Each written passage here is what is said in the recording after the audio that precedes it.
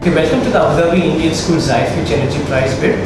Today we'll be discussing our three main projects, which include solar, LED, and our ownership concept. We have moved forward.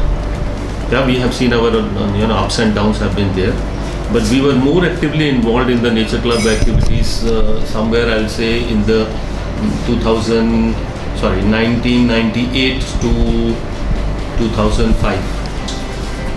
And in the first Better Environment Award itself, our school managed to get the first position in an essay writing competition where we had conducted a hands-on survey by 20 students, boys and girls, collecting data and finally submitting a report on air quality.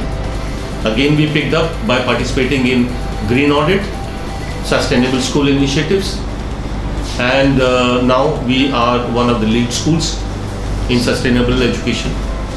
Kids are supposed to find out the biodiversity of the school campus. They don't have to go out anywhere. So the bio teacher, right from lower classes to the higher classes, can be involved in it. Another activity which you can pick it up among the small kids is phenology. Study of plants and trees.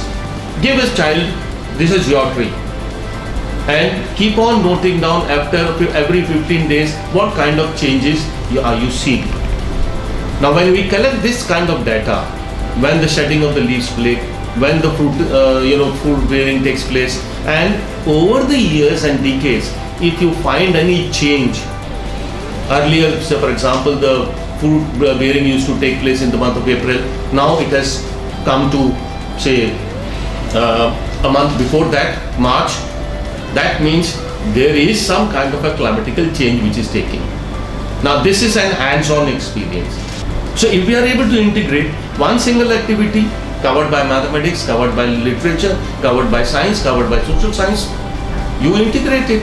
And we have already started in mathematics and English literature and social sciences and science. We can integrate.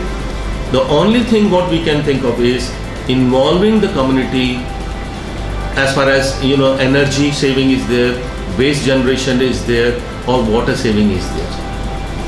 Okay, and there also, by virtue of being an oil based economy, all these things have been freely provided.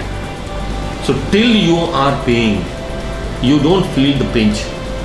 But slowly now the government is realizing and they are charging people for the water consumption and electricity consumption. So I am sure now we will be able to convince the community and involve them in our community outreach program.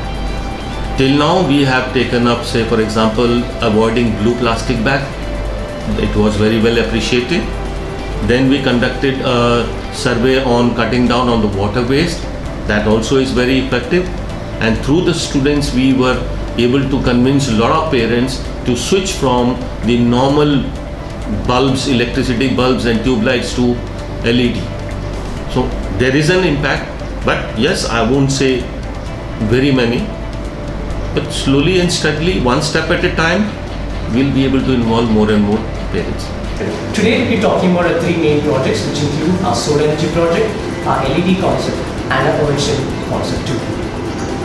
Moving on to a project about solar panels, we have reserved about 60% of our budget to reduce the overall energy consumption through conventional methods. We have planned to install solar panels on the rooftop of area 736 square meters to supply the energy to the grid in order to power about 123 classrooms. This is a part of our sustainable development plan for the whole school. Moving on to the project LED lighting, another 20% of our budget is reserved for LED lighting. Our initial calculation shows that a projected amount of 21,500 return after the recovery of the initial cost in 10 years. A major boost of final goals, LED lighting are the most sustainable projects due to their low environmental impact, low energy consumption, feasibility and high battery life. Our third project is a new concept called the Earth Gym concept. Using cycle dynamos and ordinary bicycles, we plan on providing enough energy to the grid to power at least one classroom.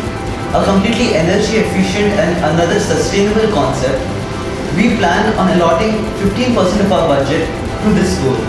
And now this project incorporates the community in a way that our school encourages visitors in the evening to come and work out.